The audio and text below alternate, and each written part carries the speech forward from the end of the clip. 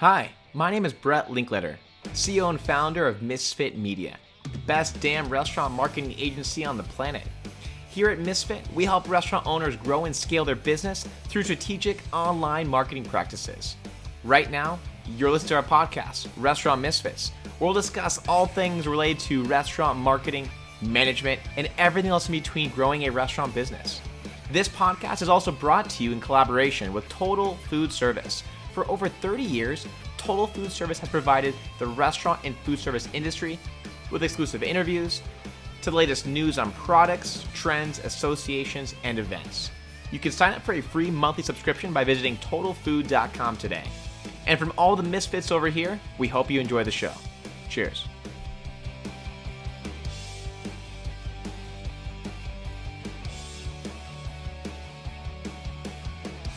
In this episode, I interview Dan Rowe, who's the CEO of Fransmart and the co-managing partner of Kitchen Fund. Dan Rowe specializes in finding the next big thing. And for over 20 years, he has discovered and grown many major brands you may have heard of before, including Five Guys, QDOBA, and the Halal guys. Under Dan Rowe's direction, Fransmart's current and past franchise development portfolio brands, they have developed over 5,000 restaurants worldwide. It's pretty incredible. And they've facilitated franchise investments that have accumulated over $1 billion in revenues to date. Dan definitely knows how to find a winning restaurant. And in this episode, we'll explore some of those winning qualities. So let's dive in. Hey, Dan, how are you doing? Doing great. Thanks. Thanks for having me. Absolutely. Thanks for joining us. Dan, you have such an amazing background. You have over 20 years of experience in the restaurant space. How did you first get into this space overall? I was a franchisee. Well, I washed dishes at Carville Ice Cream. I was a short order cook at one of those beach concession stands down on Huntington Beach. So I've been in the restaurant business. But when I was 23 years old, I bought a franchise. I bought a restaurant franchise. I didn't know what I was doing, but it was my first foray. And really the way that went was I used to sell software and fell in love with this. I went out to DC from Southern California all the time, fell in love with this little bagel bakery shop. I had never seen one out in Southern California where I was from, so I wanted to bring it out there. I wanted to buy the franchise and bring it out there. And I was going to go in on it with a buddy of mine, and he and his wife wanted to move to Denver. And so I said, great, we're going to open up a bagel shop in Denver, which we did. So we opened up the bagel shop. This chain only had 6 stores. So little did I know at the time that a 6-unit franchisor doesn't have a lot of support, doesn't have a lot of service, had no name recognition in Colorado.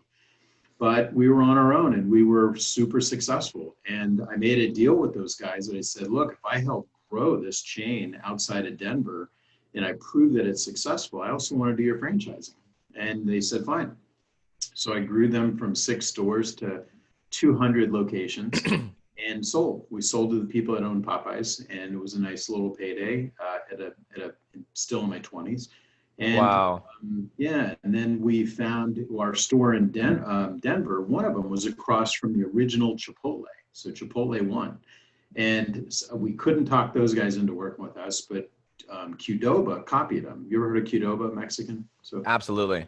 QDOBA copied them, and they each had 1 location open. Chipotle was about to open up 2 more, but QDOBA had 1. We teamed up with QDOBA, put some money, helped them launch franchising, and grew those guys. And I think we sold the first 300 or 400 franchises, and then sold that, got them up to around 100 stores, give or take, and then sold that company to Jack in the Box. And so, Wow. Yeah. So at that point, I was 2 for 2, and thinking I was a lot smarter than I was. So I went out and figured, like any brand I touched, I could make it another couple 100-unit chain. Went through some rough years of realizing that wasn't the case, but then got smarter. And in 2000, I created Fransmart. And so instead of doing one company at a time, I did more of an incubator, smarter approach to it.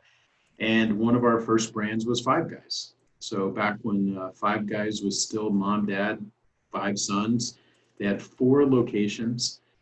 He signed a lease for his 5th, and then he wound up actually assigning that location to our partnership. So we wound up becoming one of the first franchisees. Fransmart launched the whole national franchise program for Five Guys. Wow. And so that really became our niche. So our niche was these early stage emerging brands.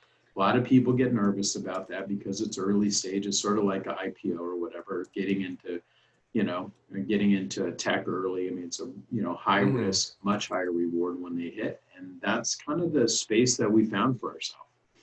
We get into these brands that no one's ever heard of.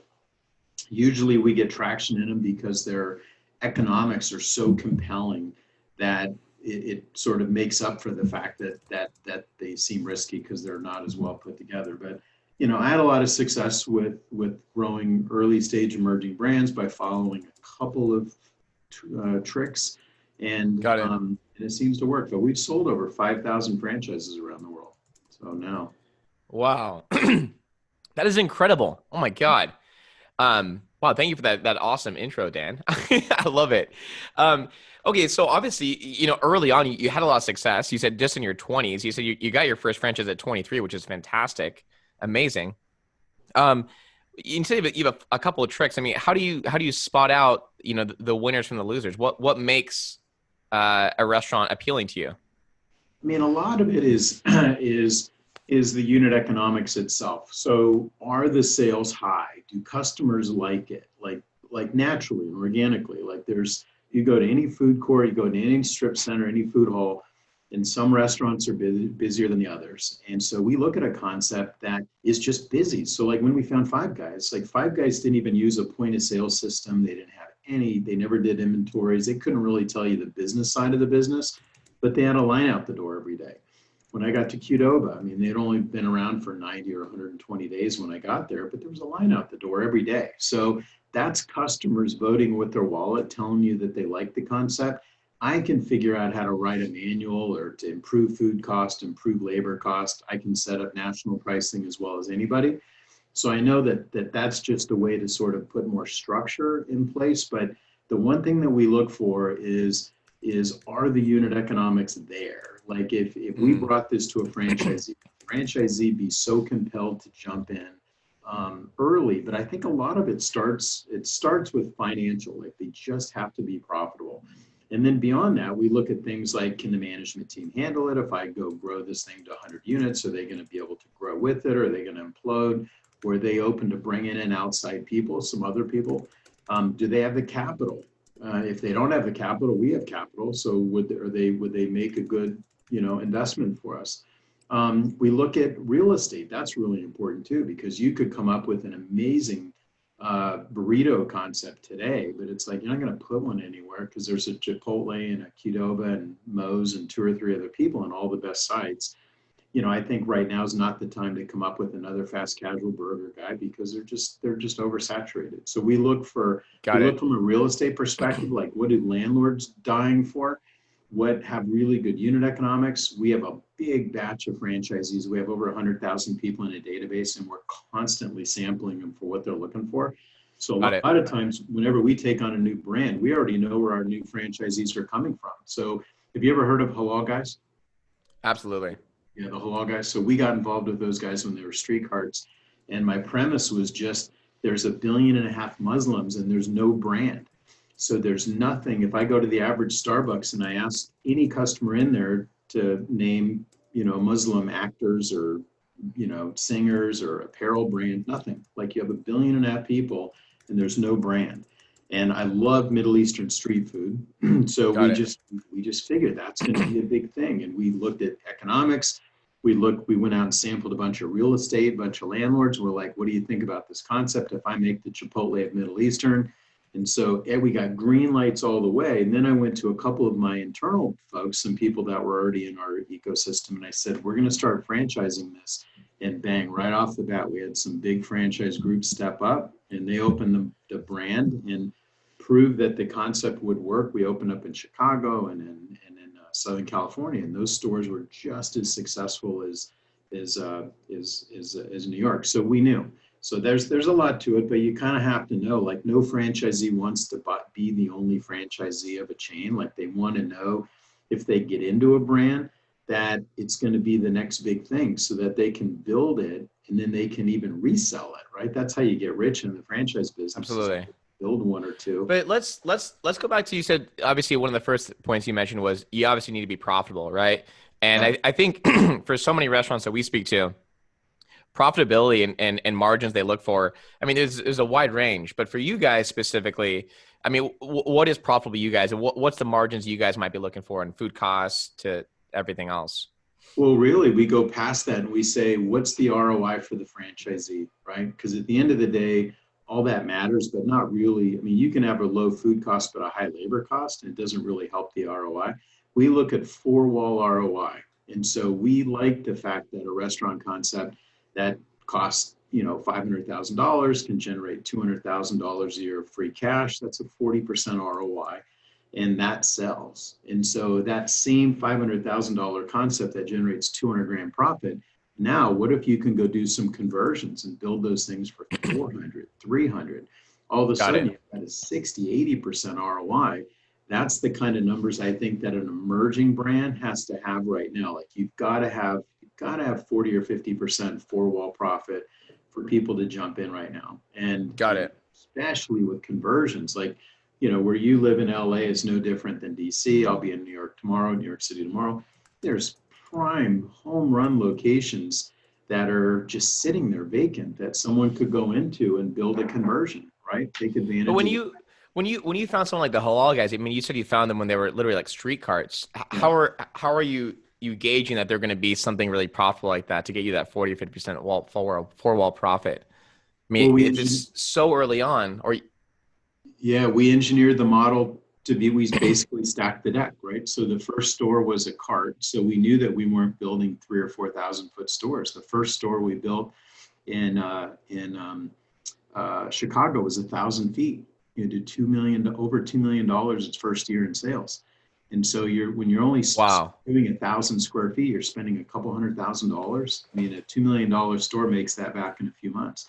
And then, Southern California, they're famous. There's pictures of that store that had lines around the block, like down Bristol. And, that was an inline, reasonably inexpensive store to build. And it did, I mean, gosh, maybe 10-to-1 sales to investment ratio, 8-to-1.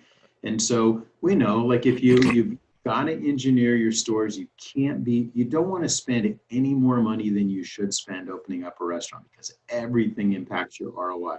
And so many times franchisors get that wrong, and they build these vanity projects, these not, these sort of trophies to themselves on franchisees' money, and they ruin the economics, and franchisees don't want to keep building. yeah. So it sounds like for you guys, I mean, you're not just finding a great concept that you believe can scale, that you think you can help, but you're also obviously providing a lot of. Are you guys helping on kind of the brand side too, the marketing side, all those other things as well, or talk to us about that? Everything. So we basically start with the end in mind. I looked at Halal Guys and I saw that it's a 1,000-unit chain. And I said, company's going to need a couple of corporate stores. So I helped them with that. I said, franchisees are going to be building all these territories. And so I'm going to help the franchisees on everything it takes, from real estate to people planning. And then on the franchisor side, it's like you never stop having these conversations about scaling the franchisor and scaling the franchisees. But every like, we're advisors, strategists, we've kind of seen it all. We've made every mistake in the world. We've got dozens of brands we work with, plus we're also investors in a whole bunch of other brands through Kitchen Fund.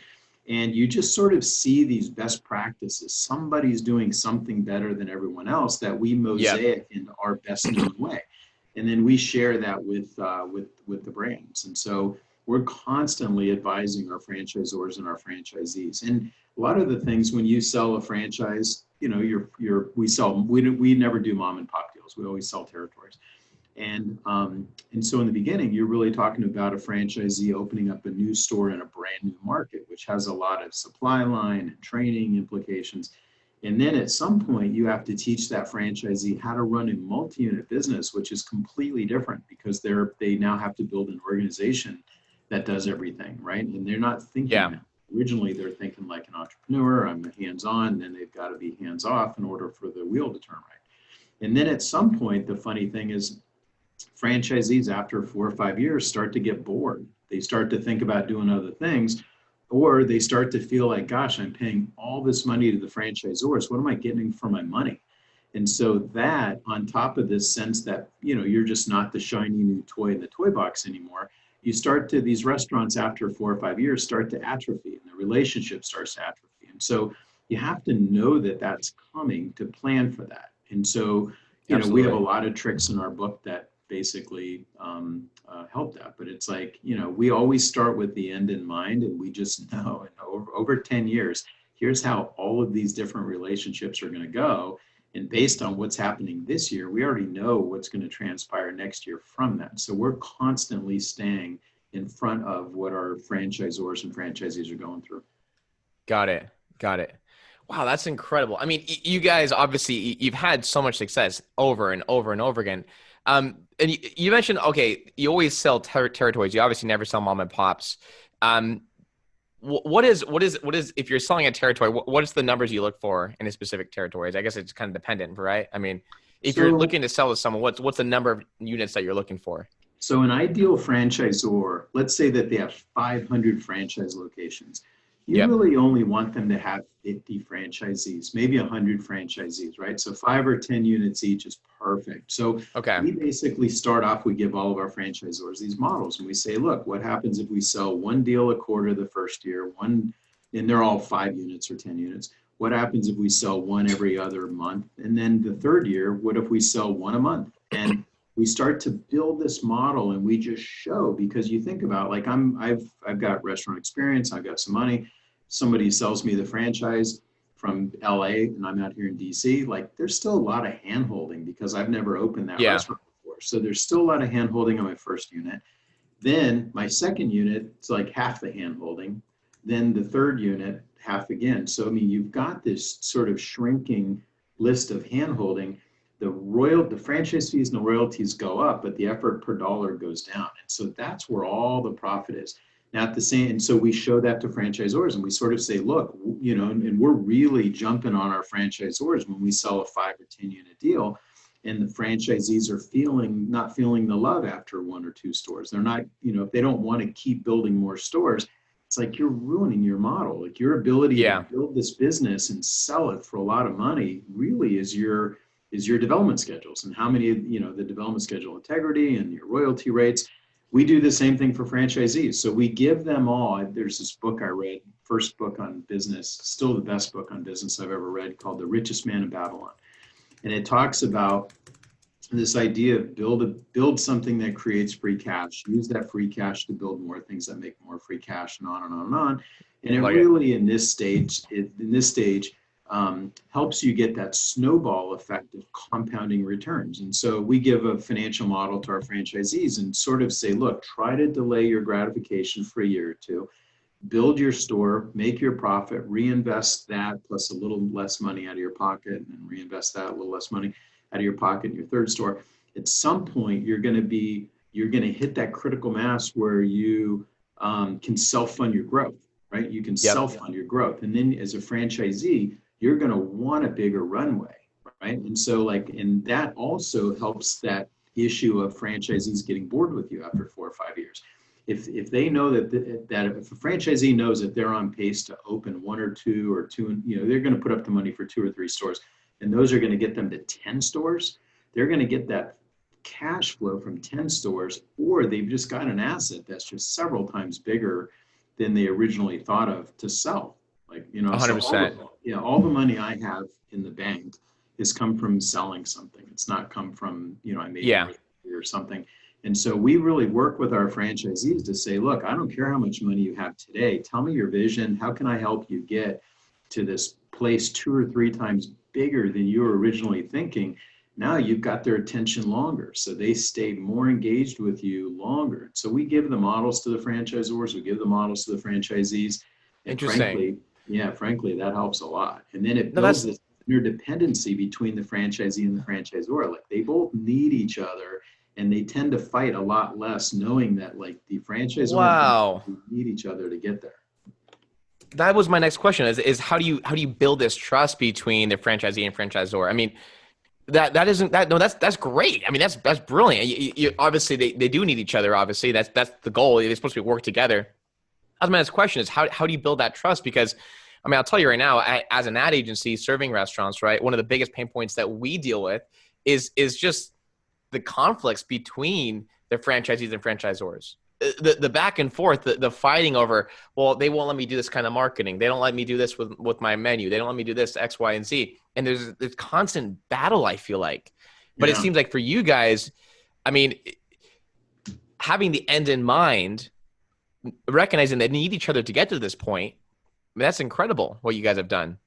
Yeah, it helps because it really helps because we've had those issues that you were mentioning. Those are really small things. Those are in the big scheme of things, they're small things, but they're huge. And so there are people spending so much of their energy and Yep. really losing brain cells over something that's small. And it's a symptom of a bigger problem is that relationship, those guys are not synced.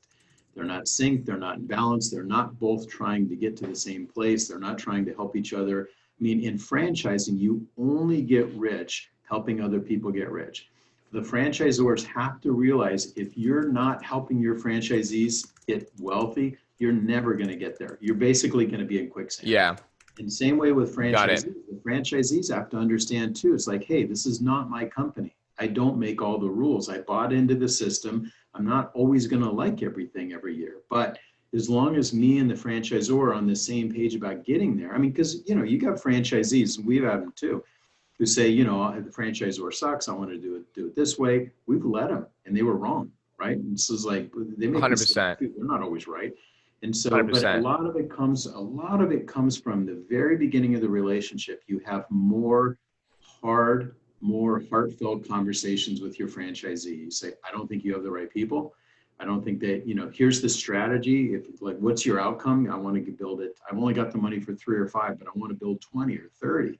Think about how valuable a 20 or 30 unit franchisee is for the franchisor and what that says to the rest of the world.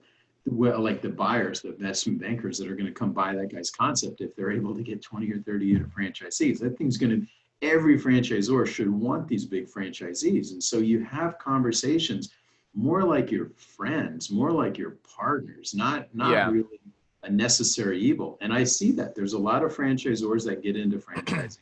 The minute that they sell the franchise, they forget about the upfront franchise fee. Like, they got that money last quarter. They spent it literally the hour they got it.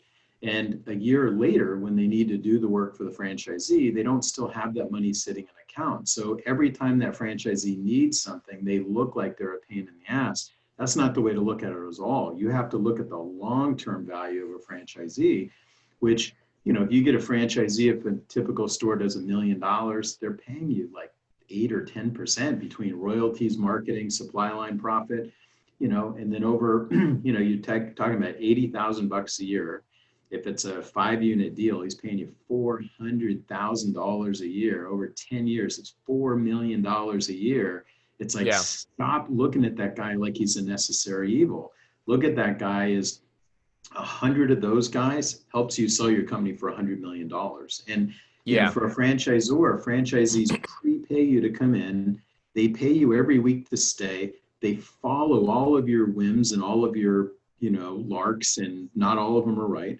They help grow the asset value of your company, and they basically get none of that upside. And so franchisors, I think need to get their head on straight. But I do think that it goes both ways. You need to have a lot more, need to be part of your franchisee's success. You have to care that they get wealthy. They have to know that you care about them getting wealthy, and you have to have those conversations. I love that. I love that. There's another book I was reading lately. It's called The Diamond Cutter. It's really interesting. It's actually like a book on business and life by the Buddha, which is really interesting. And one thing in the book they mention is just, hey, if you're low on cash or you're having issues money wise, try to be more generous. Try to be more giving. Try to make everyone rich around you, and therefore you'll become rich too. Kind of like Yeah. you mentioned yourself, right? What do you say? You said franchisees, you only get rich by helping other people get rich. I mean, that's that's you need to have that abundant mindset. So I think you're Yeah. totally right.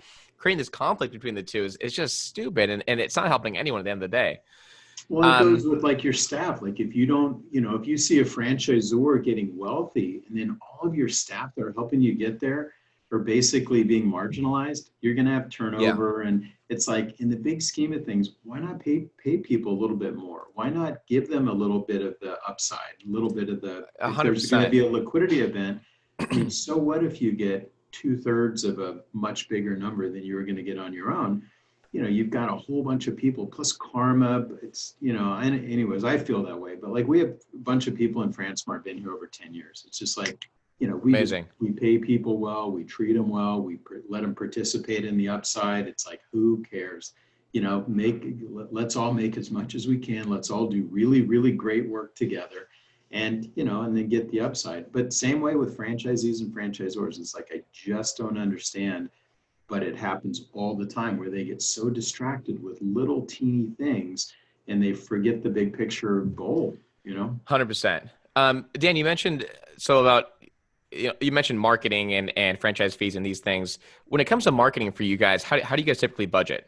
I mean, what percent of revenue typically goes to marketing budget, and what do you guys typically do? So a franchisee typically spends 15 or 20,000 upfront on a grand opening marketing, and then they spend 2% to a creative fund, right? That goes to the mothership, and then they spend 1% on local store marketing, and then any vendor rebates or kickbacks, which there's always a ton of those. Those generally go into the creative fund, the worldwide fund. Got it. Got it. So one more time, you said 15, 20,000. That's upfront on marketing. Yep. That's the start. And what typically goes for that? Is that, I mean, that's the launch, obviously. Do you guys have a typical launch strategy that you guys pursue, or how does that look? Yeah, it's basically your grand opening. So it's the couple weeks before you open to the couple weeks after you open. It's to generate trial, right? So in the restaurant business, there's only three ways to generate revenue, which is brand new trial, repeat or frequency, or driving your check average. That's it. There's no other Yep. ways to make money. And so all of your marketing in the beginning needs to generate trial, brand new people coming to try your concept. Then your second two things, building your check average, all comes from training, right? So like when I was at Five Guys, it's like we would just, I would sit there and watch, and this is early on, but I'd watch how many people ordered a burger and then weren't asked about fries or a Coke, right? And you assume people want burgers, fries, and Coke, or any brand. I mean, I could take it to a sandwich example or any other example, but it's basically suggestive selling, menu engineering. Like there's so much strategy in menu engineering. But and then the last part is the repeat and the frequency. It's like, how do people want to come back? Do they need a coupon or a Groupon, if you remember those, to come to your Yep. restaurant, or did they go and they like it and they want to come back? Well, those two are operational things. So the first thing is trial. So usually the first 30 days, it's all about generating trial. But the four walls marketing, the marketing that's probably the most important is, okay, I spent all this money and all this creativity with influencers and social media and PR and all these other levers that we pulled to get people to come try. How was their experience? And so Yep. more energy needs to be put on making sure that the experience is right, so people want to come Got it. back. And then the ongoing 2% and then the 1% local. It's usually continues to do trial or limited time offers or those kind of things. But then people so many times forget about suggestive selling or things that really just getting the operations right. I mean, think about it, In-N-Out Burger, right? It's like, Yep. or Starbucks. It's like, well, there's a lot of Yep. other coffee concepts. Why do people keep going to Starbucks? There's a lot of other burger places, but there's just something about In-N-Out Burger that just sort of does it a little bit better than everybody else. So, but Absolutely. those are it. But I'm sure you've got all the tricks in the books for marketing too, driving people into the 100%. restaurant. No, but I like how you mentioned, up front, the trial marketing, right? Because I think, for us, for example, right, our policy is whenever you're reaching someone for the first time, whenever it's the most expensive to acquire a brand new customer, obviously, right? If we're Yeah. trying to get someone to come in the door that's never been there before, how do we get them to stop, take action, come in store, give your restaurant a shot? And oftentimes giving away something for free, some kind of promotional offer, is an easy way to do it, right? A lot of people, though, have some kinds of issues giving away free items or promotional items or whatever the case to brand new customers. What would you tell them? I mean, what's your kind of mindset on that? We don't. So we don't typically like to give away free food. We don't like discounts. And so we don't, I mean, sometimes you have to do them, especially where you've had a restaurant that's been Yep. in a market, not run well, and you need to do some things to bribe people to come back in. But the truth is that these brands should have enough cool things about them to market that you don't need to market it on a discount. Like if you've only got customers coming to you because you've got a discount, I don't think that you have a model that's ever going to sell. So it's got to be something that people want, want to have. So for us, we put a lot of effort into awards and accolades and really sort of getting other people talking about us, and then that stuff that we market, right? So, Got it. yeah. But when you mentioned trial, what stuff goes into the trial stuff? I mean, especially as someone who's early on, before you have any accolades, right? Maybe you're starting out. Maybe it's your first couple locations.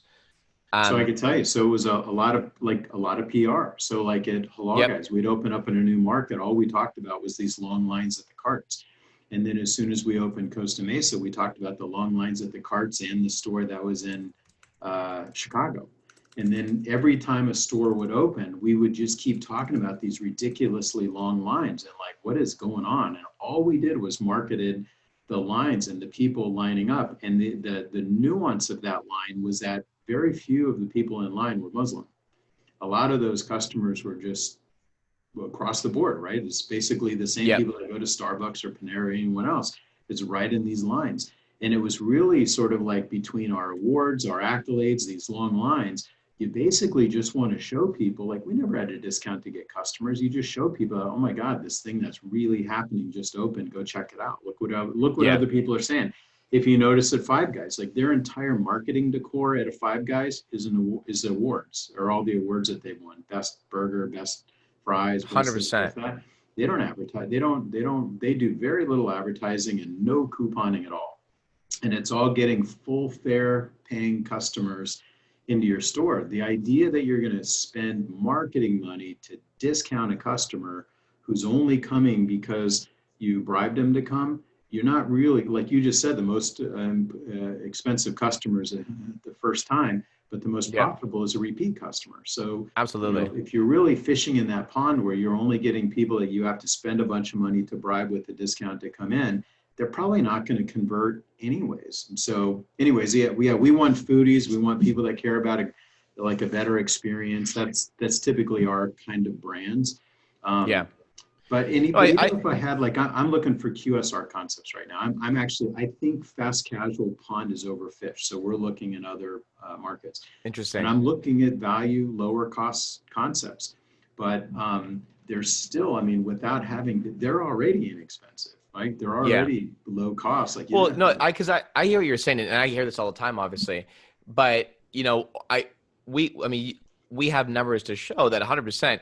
If you get someone the very first time to come through, let's just say it costs you $3 in food costs and $5 in acquisition, and that's $8 customer acquisition costs. Call it Yeah. whatever, easy example. And that customer ends up spending $20. Well, you're looking at let's say $12 profit margin, right, minus food costs, right? Well, now, if you have that person's contact information because they came in or whatever the case and redeemed some kind of offer, and you have the ability to remarket to them, and you can track them coming back month after month after month, the profitability on that customer you spent in the beginning was $8, right? For this example, but the lifetime value of that customer now, month after month after month, over the course of the first year, could be hundreds of dollars Yeah. potentially, right? Yeah. So that's Yeah. that's I what we're think looking at. yeah, as long as you're targeting the kind of customers that are likely to be repeat customers, then Yeah, yeah, I think then that's fine. But you're not going to get it. Like you guys are really creative. You're really good at marketing. If you do a promotion for one of your clients and you drive a bunch of brand new trial because something that you guys came up with that resonates with people, you drive all this new trial into a restaurant and they have a crappy experience. It's like they're not coming back, right? So 100%, and that's not your fault. That's the operator's fault by not making sure a every hundred single percent, customer has to get it 100% right 100% of the times, like no excuses, and they have to have that high of a bar. 100% is the only number to shoot for. If you shoot for 100 and you come up short, you're still in the 90s, which remember from school, that's still an A. But if you get these franchisors that aren't really thinking about what their target is anyways, but it's got to be 100% perfect guest experience every single time, and then you do some things to generate new trial, you're going to have a big conversion rate. And then you're right, the long-term value, the lifetime value of that customer makes sense for $8. Yeah. 100%. Yeah. Yeah. I mean, and the big thing too, you mentioned Groupon. I mean, Groupon I thought was, I think in the beginning, everyone loved it, but then quickly everyone started beginning not to like it so much. And I think the reason for that, right, is you see these customers that they're seeking out this deal. They're going to Groupon specifically looking for what can I take advantage of? What's available to me right now, right? Yeah. They're going to it, right? But for instance, you and me, we're a lot of people. We don't need to get a deal. But hey, if all of a sudden I saw something come across through social media, whatever the case, and I don't know, never been to the restaurant, looked intriguing, we might want to take advantage of it. We'd be curious potentially, right? And I think that's what you mentioned, right? It's about the targeting is how can we reach the exact right kind of customer that will continue coming back? And I think that's what people get it wrong so many times is they do some kind of deal and they give it to the same people over and over and over again. And you create these habits of these deals, right? Where, majority of the time it comes down to the targeting, like you mentioned. Hey, how can we reach the right person at the right time and the right moment to get them in the door? And then that's that. Yeah. And then, hey, let the restaurant do the rest, right? Yeah. That's what we're looking for. Yeah, that's tough. I mean, there's so much to marketing, but that's I think about Five Guys. It's like they don't advertise, but every time I want a burger, that's where I go. Like I'll walk past two other places or drive past two other places to get something at Five Guys, and it's just like I just know it's going to work. I just know that the brand's going to work. Usually, I find that the people that get into now doing coupons in the beginning for a grand opening, I don't think that's necessarily a bad idea to do that in the very beginning with the grand opening, but to have to do that for a restaurant that's 5 years old, 10 years old, if you're really needing to use that, there's other problems at that restaurant that need to get fixed. Got it. Yeah, I mean, I like you mentioned about the PR stuff. I love that you mentioned it. You're marketing. You're writing these articles about the lines. There's these lines with these lines. That's really great. I mean, that's incredible. Okay, and so obviously this year through COVID, a lot of people have a lot of bad things to say about the situation, right? A lot of people have lost their businesses. There's been a lot of terrible things because of this, obviously. But I think, for your business, for what you guys are doing, and obviously for most restaurateurs who are looking to expand, this is kind of a good opportunity, right? I mean, it's a great opportunity.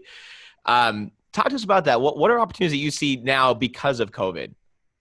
I mean, look, I'm not tone deaf, and I know COVID sucks. It's bad for everybody. Yeah. That aside, on the business side or the economy or the restaurant business, everything goes in cycles, right? We were ready for another cycle. Think about what people were bitching about last year. They couldn't find good people. They couldn't afford people. They couldn't find good locations. They couldn't afford good locations. There seemed to be too many restaurants, right? There just was so many options. Every time you went to go look for a site, 5 other people were looking at the space, driving up the cost, all these things, right? So last year we were at this sort of bubble anyways. And I've been doing this again for 30 years. So do you remember Planet Hollywood? Remember Boston Market? Like these cycles, those were once hot things that go through cycles.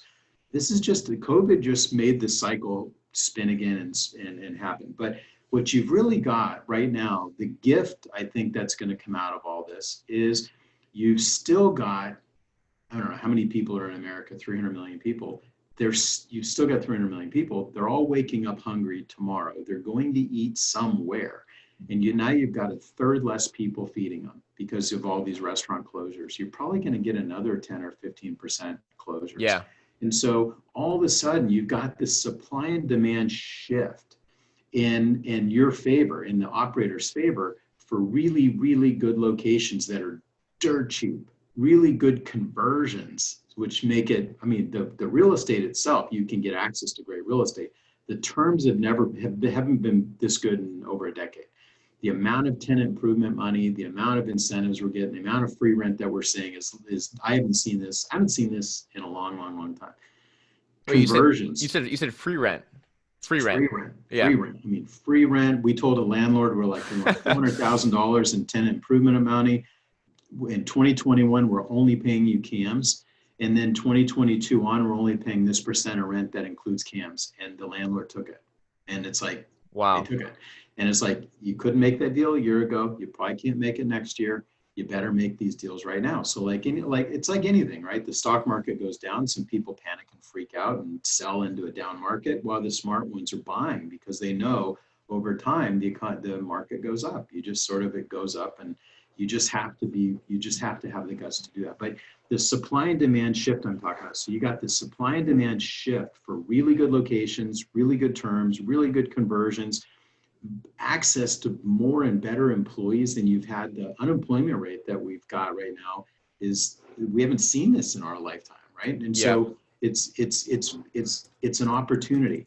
And then you've got this customer supply and demand imbalance where you've got all these people with just fewer places to go eat. It's sort of like you go to a Dodger game and during the intermission, everybody's rushing for the few hot dog and beer stands and there's a huge line. I think next year, I think you're going to see this crazy spring fever bounce back. Like people are just so tired of being pent up and they're tired of being afraid.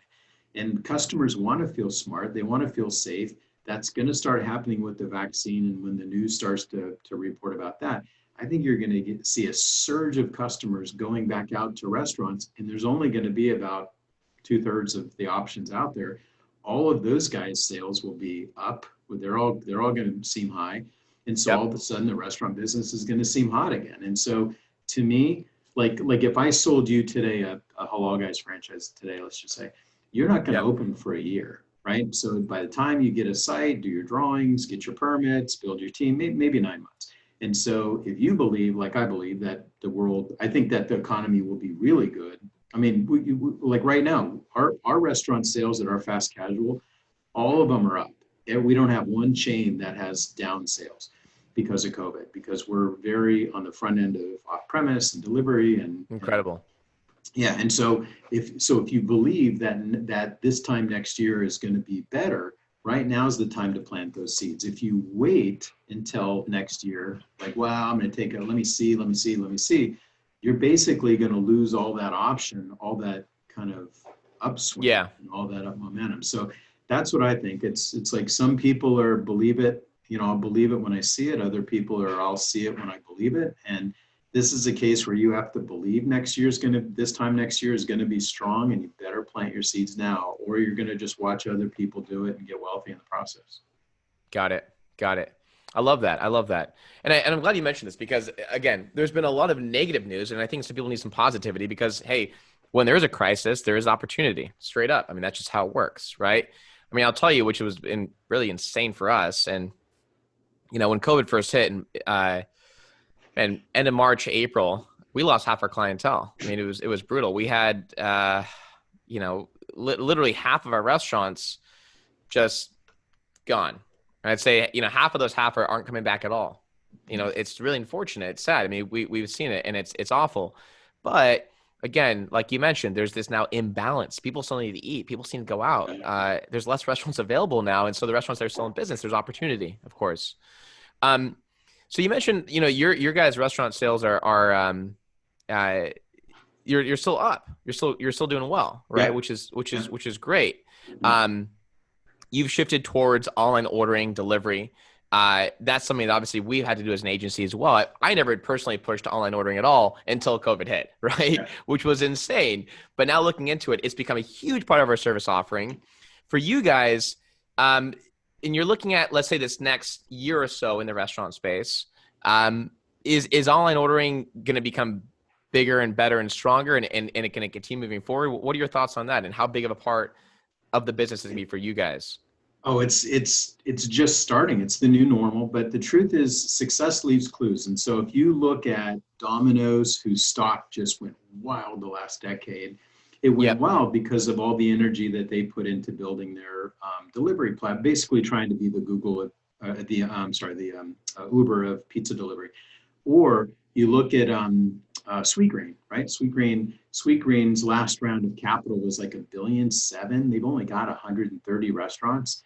And so that's a ridiculous amount of valuation per restaurant. And it's like, okay, what are they doing different than everyone else? It's their focus and their investment in digital and off-premise and letting people feel smart and safe using the brand, and whether in basically making Sweetgreen pervasive. So do you want to eat it there? Do you want to get it? Do you want to walk in and get it to go? Do you want me to drop it off at these drop-off nodes? Do you want me to deliver it to you? How do you want it? That's exactly. So you look at some of these guys and it's like, Well, that they tell you what to do. Like you just go follow the most successful people, and they're already telling you where the business is going and how their numbers are. I mean, Sweetgreen's sales are, 2 times, 3 times an average Five Guys.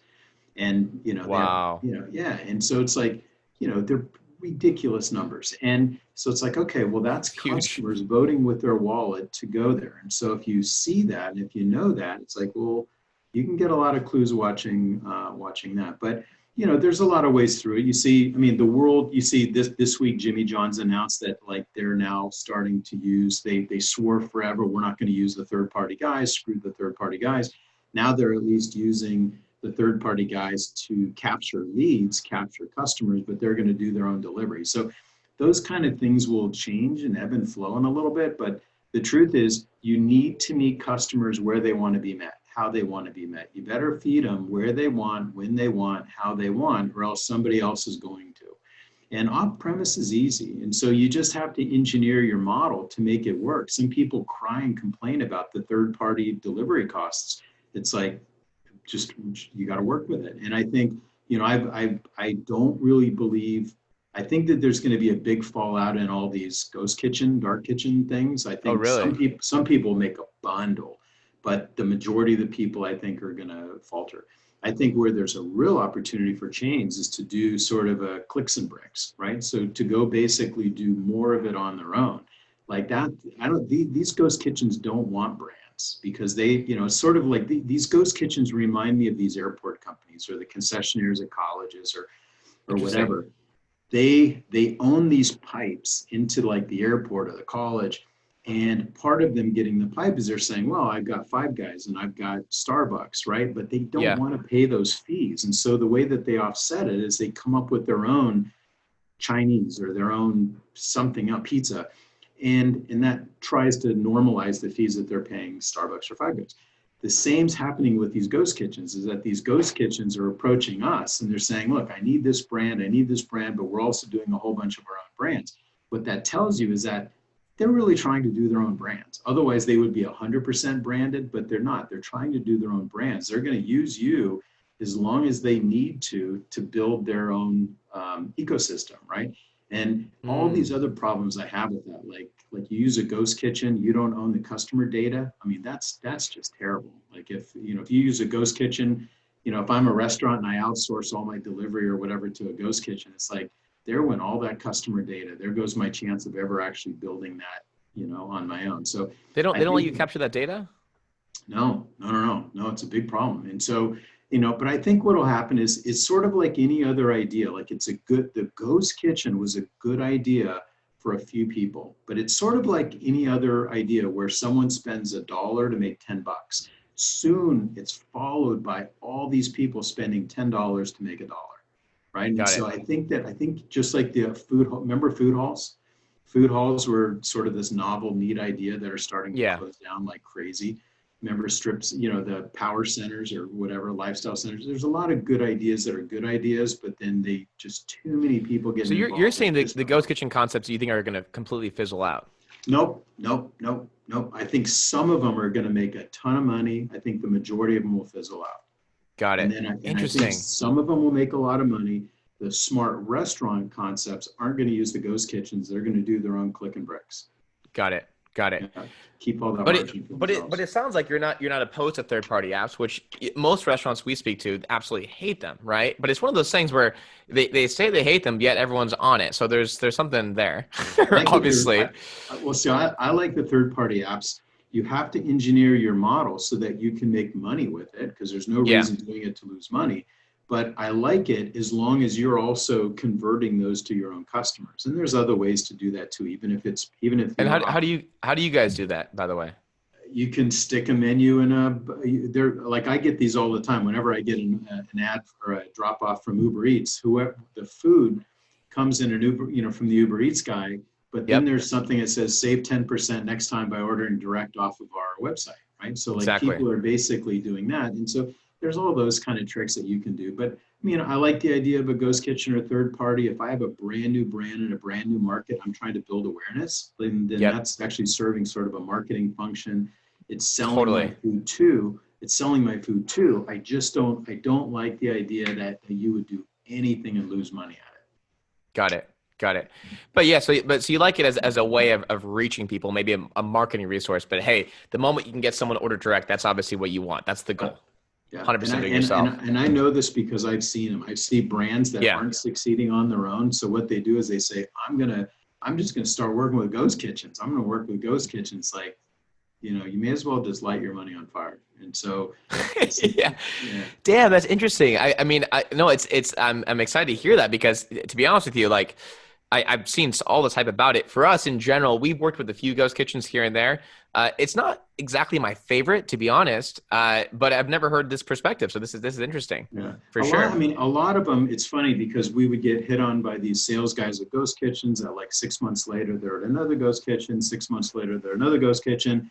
Yeah. And then the next time you hear from them, they're selling insurance or they're doing something else. So it's like this musical chairs. That's so funny. And we're in them. So like we are customers. I mean, I speak from experience. We are customers in these ghost kitchens. And it's like, it's not as advertised. It's just not as advertised. What do you think about restaurants making their own apps? Obviously, okay, you look at someone like Sweetgreen, right? And they're crushing it. And they're the epitome of someone who's really made it work.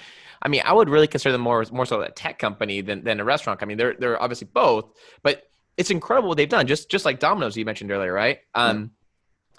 Now, for a restaurant, let's just say like under 10 locations, do you still recommend them building out their own app, or what are some online ordering solutions that you'd recommend for them?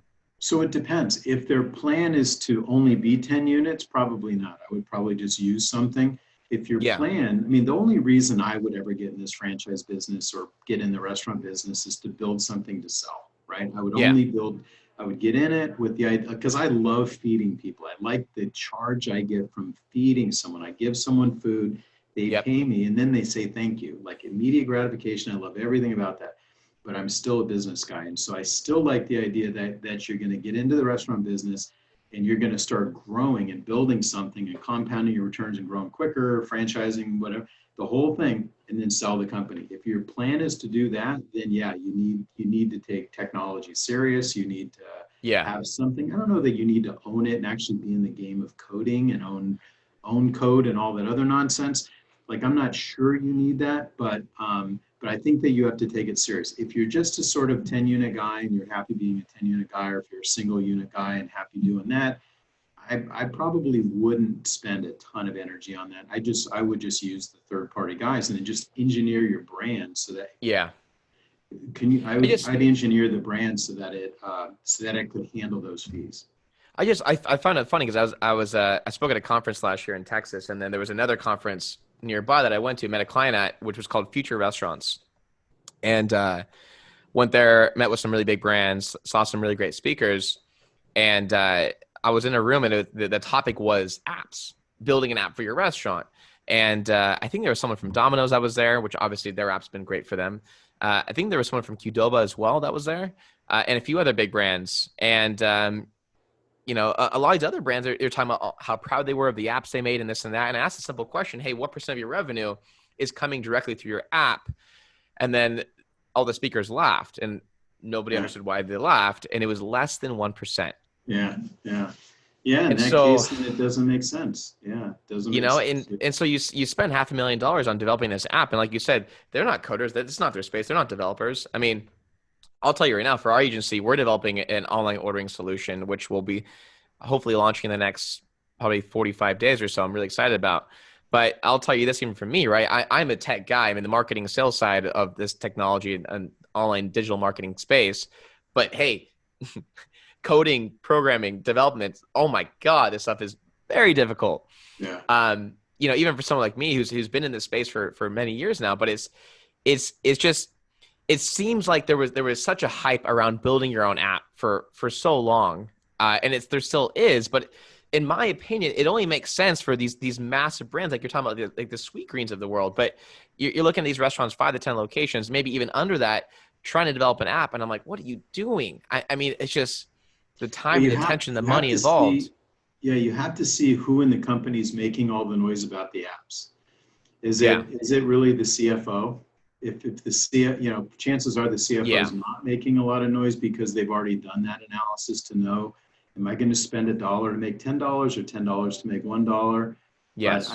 it's like anything else. If you're like, it sounds like you guys are going to be seriously in that business. So you have to plan differently than a 10 unit guy that's trying to get incremental customers. And, a 10 unit guy trying to get incremental customers, when you really look at what he should be spending to build that, the answer is I need to use third party. And I need to Absolutely. use third party. You can always go back and build your technology. You can always go back and do that. But what you don't want to build it and they'll come, that Field of Dreams movie. Like you want to, one way Yeah. is you try it with third parties just to make sure it works. You sort of do the stress test that way and make sure that it works, that you work. You can always go back and get rid of those and build your own. But if you go front load all this capital to build something, I mean, now you're in the technology business. Now you're in the marketing business. Like you're in a bunch of different businesses when you started off just to make sandwiches or just to make pizza. And it's 100%. like, you don't know. 100%. Wow. Well, Dan, it's been really incredible today. I mean, if most of our listeners, there may be a couple unit restaurant locations and, they're maybe looking for expansion. If anyone listening to this podcast now was just kind of curious, I'm sure they're all thinking like, hey, what do I do? What do I do as a restaurateur that's maybe 3 to 5 locations and looking to rapidly expand? What would you say is the kind of the first step for them as of right now? Every single chain of anything started with one, right? So anyway, somebody, I mean, Five Guys had one, Halal Guys had carts. Yep. So, Sweet Green had one. It's like if anyone with 3 or 5, if they've really got something good, and they should, I think that they should go for it. But a lot of it depends on what they want. I meet people all the time that have amazing concepts that just like, you know what, I don't want that. I don't want that, the extra work. I don't want to, I just want to do my thing. And, I've Yep. got a guy here in DC that's got an amazing 10 unit concept because I'm making more money than I ever thought I'd make. I don't really need the hassle. I'll probably double the company in the next 5 years and sell it. And I'm like, man, I'll put up the money. I'll help you co-manage. He goes, so that's Yeah. probably the first thing is if someone's got a really good concept, it's like, what do you want to do with it? What's your game plan? Do you really want to do it? Like, are you willing to sort of like jump in with both feet?